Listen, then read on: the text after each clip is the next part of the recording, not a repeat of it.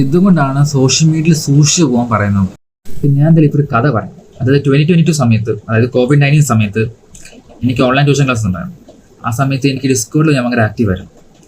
അപ്പോൾ നമുക്ക് ഡിസ്കോഡിൽ സർവേഴ്സ് ഉണ്ടല്ലോ, അപ്പോൾ സർവേഴ്സിലൊക്കെ ഞാൻ നല്ലപോലെ ആക്റ്റീവ് ആയിരുന്നു. അപ്പോൾ ഞാനാണെങ്കിൽ നമുക്ക് ഇൻട്രൊഡക്ഷൻസ് ഞാൻ കൊടുക്കുമായിരുന്നു, എൻ്റെ പേരും നെയിമും ഒക്കെ കൊടുക്കുക സമയത്ത്. സോ എനിക്കൊന്നും ആ ദിവസം എനിക്കൊന്നും എൻ്റെ കെമിസ്ട്രി ട്യൂഷൻ ക്ലാസ് ഉണ്ടായിരുന്നു. അപ്പോൾ അത് ഓൺലൈൻ ആയതുകൊണ്ട് ഞാൻ ഒന്നും പഠിക്കില്ലായിരുന്നു. അപ്പോൾ എനിക്കാണെങ്കിൽ ഡിസ്കോഡിൽ മെസ്സേജ് വന്നു, ആരോ ഹായ് പറഞ്ഞ് മെസ്സേജ് ഇട്ടു. അപ്പം ഞാൻ റിപ്ലൈ എടുത്തു, ഞാൻ ഹായ് റിപ്ലൈ എടുത്തു. ടെക്സ്റ്റ് ചെയ്യാൻ തുടങ്ങി. ഫോർ ലൈക്ക് 2 hours ഞങ്ങൾ ടെക്സ്റ്റ് ചെയ്തു. 2 hours ആണെന്ന് തോന്നുന്നു. ഓക്കെ, അപ്പോൾ ഇയാൾ പറഞ്ഞു ഇയാൾ ടർക്കിന്നാണ് എന്ന് പറഞ്ഞു. ഞാൻ പറഞ്ഞു കൊള്ളാമല്ലോ, എനിക്ക് ടർക്കിന്ന് ഫ്രണ്ട്സ് ഇല്ല, അപ്പം ഫ്രണ്ട് കിട്ടുന്ന വിചാരിച്ച് ഞാനങ്ങ് ഓക്കെ പറഞ്ഞു. നമ്മളങ്ങ് ടെക്സ്റ്റ് തുടങ്ങിയിരിക്കുമായിരുന്നു. ഓക്കെ, ഫോർ 2 hours അറ്റ്ലീസ്റ്റ് എന്നാണ്, എനിക്ക് ഓർമ്മയില്ല ആണെന്ന് തോന്നുന്നു. പിന്നെ ഞാൻ എൻ്റെ അടുത്തൊരു കാര്യം പറഞ്ഞു. ഇയാൾ പറഞ്ഞു ഇയാൾ കോളേജിലാണ് പഠിക്കുന്നത്, അപ്പം കോളേജ് സ്കൂളിലാണ് പഠിക്കുന്നത്. അപ്പം ഇയാൾക്ക് കമ്പ്യൂട്ടർ സയൻസിൽ ഒരു പ്രോജക്റ്റ് ഉണ്ട്, ഒരു ഗെയിം ഡെവലപ്മെൻറ്റ് എന്തുമാണ്. അപ്പം ഇയാൾ ഗെയിം ഉണ്ടാക്കി. അപ്പം അത് ഞാൻ ഒന്ന് ടെസ്റ്റ് ചെയ്ത് നോക്കാൻ പറഞ്ഞു എടുത്തു.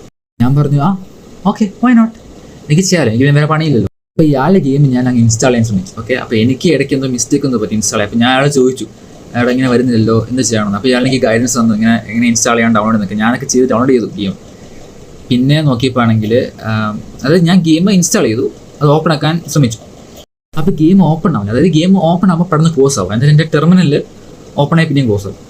അപ്പം ഞാൻ വിചാരിച്ചു വലിയ ഹാക്കിംഗ് ആണോ.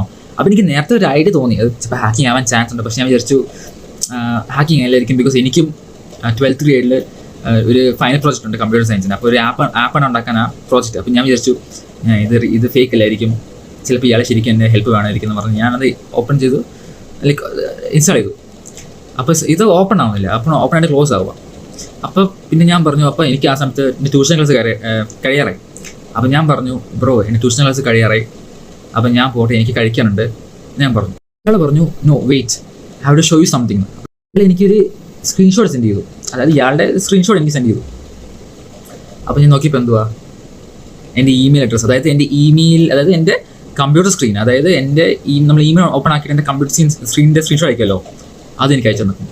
ആണെങ്കിൽ ബോംബ് പോലെ പിന്നെയും എൻ്റെ അച്ഛൻ്റെ ഫോട്ടോ, എൻ്റെ അമ്മയുടെ ഫോട്ടോ, എൻ്റെ അച്ഛനെ ഫേസ്ബുക്കിൻ്റെ ഫോട്ടോ ഒക്കെ എനിക്ക് അയച്ചു തന്നു. ഞാൻ ഒന്ന് ഞെട്ടിപ്പോയി. ഞാൻ ശരിക്കും പേടിച്ച് വിറച്ച് ഇരിക്കുകയായിരുന്നു. അപ്പോൾ ഇയാൾ പറഞ്ഞു ഇയാൾക്ക് 10,000 rupees വേണം, എന്നാൽ മാത്രമേ ഇയാൾ എൻ്റെ ഫേസ്ബുക്കിൻ്റെയും ഇൻസ്റ്റാഗ്രാമിൻ്റെയും ഒക്കെ കൺട്രോള് ഫുള്ളി എനിക്ക് തിരിച്ചു തരുമെന്ന് പറഞ്ഞു. അപ്പോൾ ഞാൻ പേടിച്ച് പോയി. അപ്പോൾ ഞാൻ പിന്നെ എന്ത് ചെയ്തു, ഞാൻ പിന്നെ നേരെ ഞാൻ ഒന്നും റിപ്ലൈ കൊടുത്തില്ല. ഞാനാണെങ്കിൽ നേരെ ഞാൻ ആദ്യം പേടിച്ച് ഡിസ്കോഡ് ക്ലോസ് ചെയ്തു. പിന്നെ ഞാൻ നേരെ ആണെങ്കിൽ എൻ്റെ അനിയനെ വിളിച്ചു, എൻ്റെ അച്ഛനമ്മയോടും പറഞ്ഞു കാര്യം. അപ്പം ഞങ്ങൾ അങ്ങ് പോയിട്ട് മറ്റേ ജിമെയിലിൻ്റെ അഡ്രസ്സും നെയിമൊക്കെ മാറ്റി കൊടുത്തു, പാസ്വേഡൊക്കെ മാറ്റി കൊടുത്തു.